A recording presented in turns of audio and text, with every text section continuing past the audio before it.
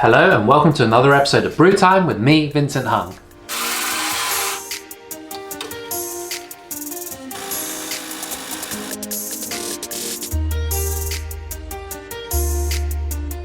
On today's episode, I want to share a couple of stories with you.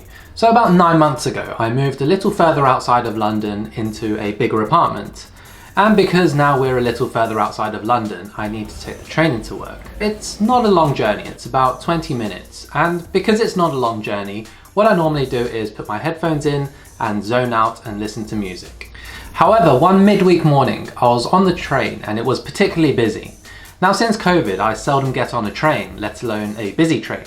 So I stood there nervously staring at people, urging them not to come closer. But eventually everyone slotted into their positions with one hand holding the handrail and the other on their mobile phones. Pretty much everyone was on their mobile phones. There was probably one person reading a newspaper and maybe another reading a book. And in my zoned out state, I started to look at what people were doing. So there were a few people replying to WhatsApp messages. I think there was one lady who was online shopping. There was another man dressed in a suit who was on BBC News, and actually a lot of people on social media, a lot of people on Facebook, on Instagram, scrolling through their posts. That got me thinking, whilst everyone was there consuming content, I was there rehearsing my script for the 5 things I wish I knew sooner about education. If you haven't seen that video, I'll leave a link in the description below. And whilst you're at it, please give that like button a smash and subscribe to my channel. It really helps me grow. Anyways, back to my story. So whilst everyone was there consuming content, I was there trying to create content. So I asked myself, do I want to be a content consumer or do I want to be a content creator? I'd say that for every minute of content that I produce, it probably takes about an hour of work to create that content. But even though it takes effort, it gives me a deeper sense of satisfaction by creating content than if I were to consume content on my little mobile device.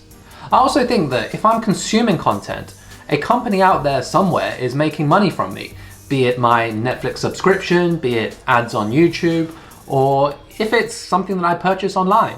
However, if I'm a content creator, I'm spending my time to produce an asset which I then publish online, and at the end I'll have something to show for it. And hopefully one day, when I produce enough videos and I grow the channel, it'll make me money in the future rather than taking money away from me today.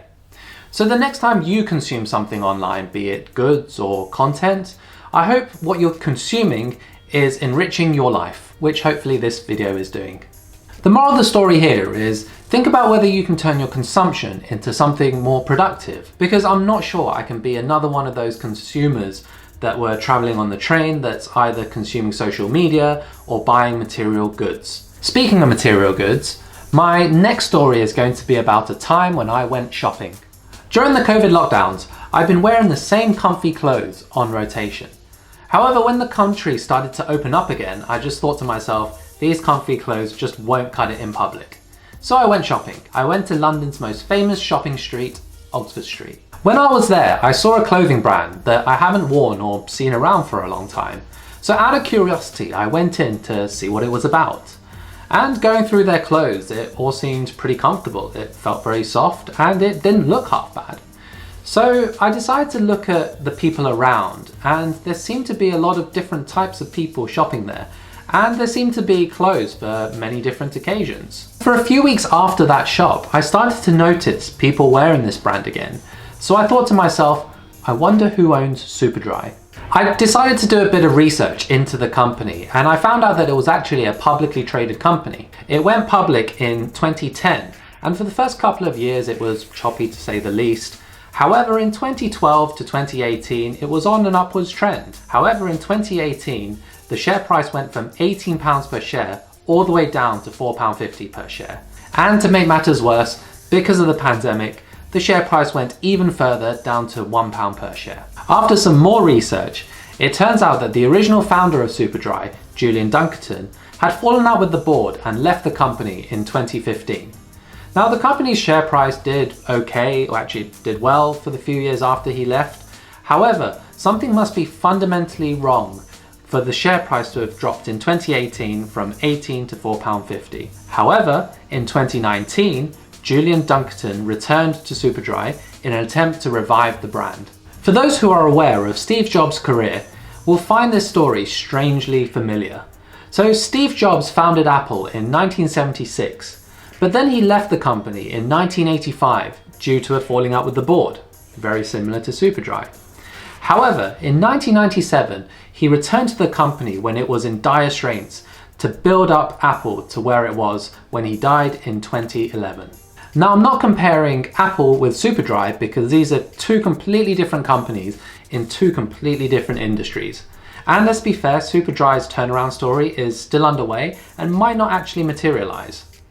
However, this video isn't about Apple or Superdry.